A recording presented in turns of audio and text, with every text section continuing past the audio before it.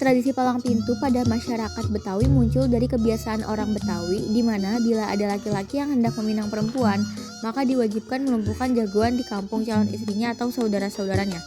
Tradisi palang pintu memiliki arti sebagai simbol ujian yang harus dilalui mempelai laki-laki untuk membuka pintu restu dari keluarga perempuan. Cara membuka pintu restu itu adalah dengan menunjukkan kemampuan silat hingga membaca Al-Quran. Dalam bahasa Betawi, palang berarti menghalang yang membuat orang tidak bisa lewat. Jadi arti palang pintu adalah tradisi untuk membuka penghalang saat memasuki daerah tertentu yang dikuasai jawara. Palang pintu bertujuan untuk menguji kesungguhan pengantin pria yang akan membawa rumah tangga dengan mempelai perempuan. Selain membuka pintu pernikahan, tujuan dari palang pintu adalah untuk menunjukkan ketaatan atas norma adat yang berlaku di masyarakat Betawi. Tradisi palang pintu dilakukan saat pihak pengantin pria hendak memasuki rumah mempelai perempuan. Sebelum iring-iringan pihak pria masuk, mereka akan dihadang oleh perwakilan dari pihak perempuan. Dari kedua belah pihak, ada tukang pantun dan jago silat yang akan mewakili di depan calon pengantin. Pada awalnya akan terjadi dialog pembukaan dan saling berbalas pantun. Secara perlahan, intonasi para pelempar pantun akan naik dan membuat situasi seakan memanas. Meski bergaya seperti hendak berkelahi, pantun yang terlontar seringkali merupakan rangkaian kata yang penuh lelucon dan mengundang tawa. Setelah itu, jagoan silat dari pihak perempuan akan menguji kesaktian dari kemampuan dari pihak laki-laki.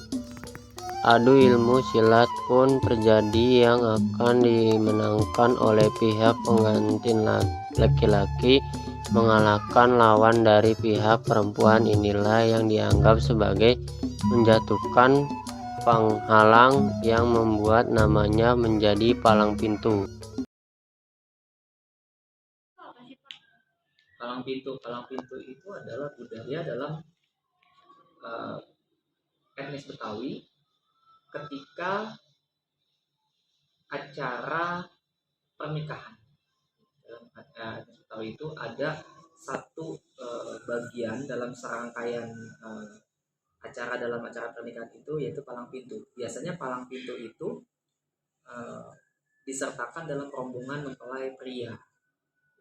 Jadi dalam rombongan mempelai pria itu biasanya ada yang membawa kembang kelapa, ada palang pintu, lalu ada yang membacakan sike. Sike itu adalah semacam syair, syair yang nanti akan dibacakan setelah palang pintu yang dibawa oleh rombongan laki-laki bisa mengalahkan palang pintu yang dari mempelai wanita.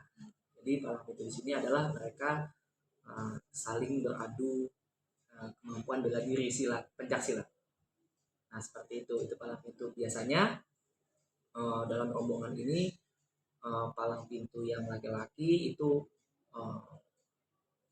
melakukan dialog ya dengan jago atau palang pintu yang dari mempelai wanitanya. Biasanya mereka beradu pantun. Gitu. Ini saya contoh ya, ini saya ambil dari bukunya Abdul Khair ya, Betawi Tempo Dulu. Ya ini seorang pemerhati budaya Betawi ya. Beliau juga dosen di Universitas Negeri Jakarta ya. Namun kalau nggak salah beberapa hari yang lalu beliau meninggal dunia ya. Abdul Khair namanya.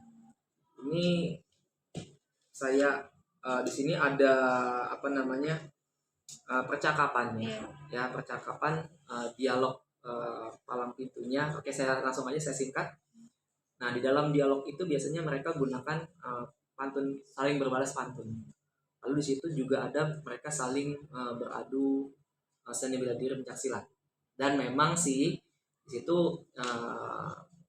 kita udah paham ya, di situ kan si jago dari palang pintu mempelai pria itu harus bisa mengalahkan jago palang pintu dari mempelai wanita agar bisa dipersilakan masuk ya, dan membacakan sike. Sike itu semacam kayak syair yang sebagai simbolisasi bahwa si mempelai pria itu sudah siap untuk mengarungi bahtera rumah tangga.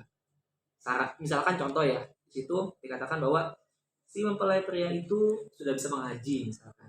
Berarti di sini mempelai prianya sebagai kepala keluarga sudah siap untuk membimbing istri dan juga nanti anak-anaknya kelak untuk bisa menjalankan syariat agama dengan baik.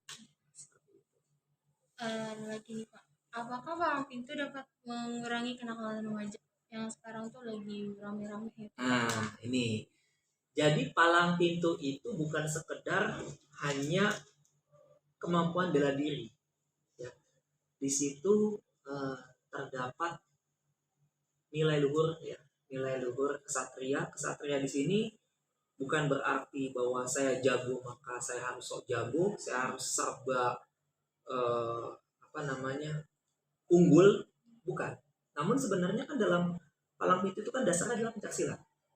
Pencaksilat itu bukan mengartikan bahwa saya bisa bela diri maka saya bisa mengalahkan orang lain, bukan seperti itu. Nah, oh iya tadi saya tambahkan lagi. Nah, tadi saya terlupa.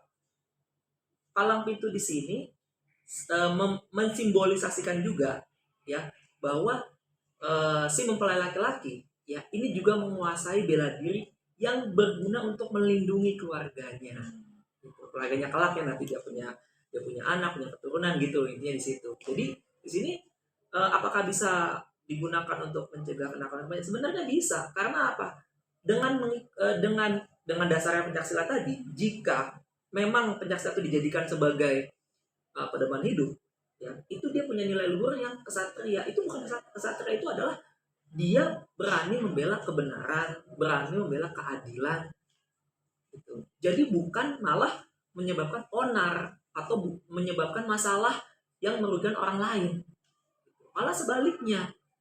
Bahkan kalau yang saya ketahui dalam pencaksilat ada bukunya lagi ya. Di rumah saya itu ada bukunya mengenai sejarah pencaksilat, yang di perpustakaan juga ada bukunya mengenai sejarah pencaksilat.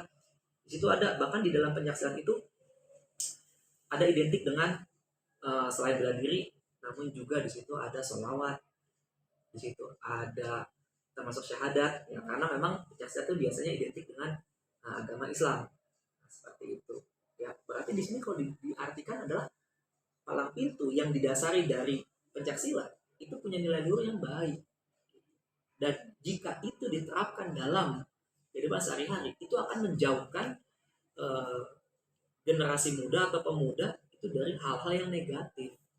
Apalagi jika itu dikaitkan dengan kenakalan remaja. Nah, jika itu dia maka tadi kita kembali lagi, jika bisa menerapkan nilai-nilai luhur dalam palang pintu yang dasarnya adalah pencaksilat, maka orang tersebut yang mendalami pencaksilat ini itu akan terbimbing kepada arah yang baik. Karena nilai luhurnya tadi adalah nilai kebaikan. Satu lagi nih Pak, Ya. apa pesan Bapak untuk anak-anak yang suka ikut tawuran?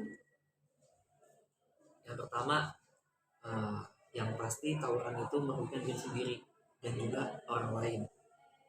Diri sendiri itu adalah dirinya dan juga masa depannya. Orang lain itu siapa?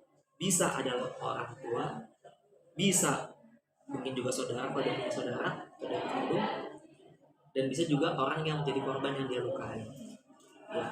Terakhir yang karena saya tinggal di Depok, itu kemarin saya dengar berita di daerah saya di Depok itu ada sempat satu orang ditangkap polisi karena bertanggung jawab terhadap meninggalnya satu orang dalam tawuran. Artinya kan di sini sudah terlihat dampak atau akibat yang dia terima. Ya kan dia harus berurusan secara hukum karena dia sudah menghilangkan nyawa orang lain. Dan itu bermasalah dirinya, masa depan, keluarganya, bapak ibu. Seperti itu. Jadi pesan saya adalah yang pertama, jangan tanamkan kepada diri ya, dalam diri, jangan melakukan hal-hal yang dapat merugikan diri sendiri, keluarga dan juga orang lain.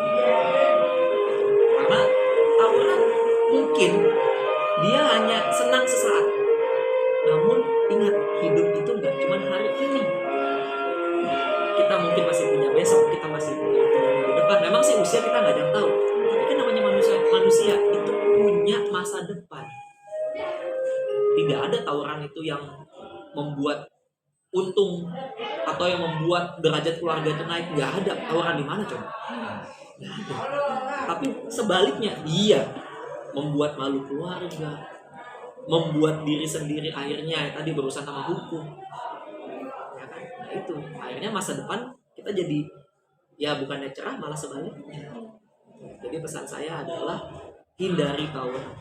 Ya, jika ada yang memprovokasi, jika ada yang mengajak, ya kan, katakan tidak. Karena apa? Tanamkan bahwa saya punya masa depan. Saya harus usahakan masa depan itu untuk siapa? Untuk diri saya. Untuk nanti saya punya masa depan. Masa depannya gimana? Nanti dia mungkin akan berkeluarga. Dia akan nanti punya keturunan. Saya ingin hidup lebih baik. Itu bukan lewat tawuran. Seperti itu. Terima kasih ya Pak.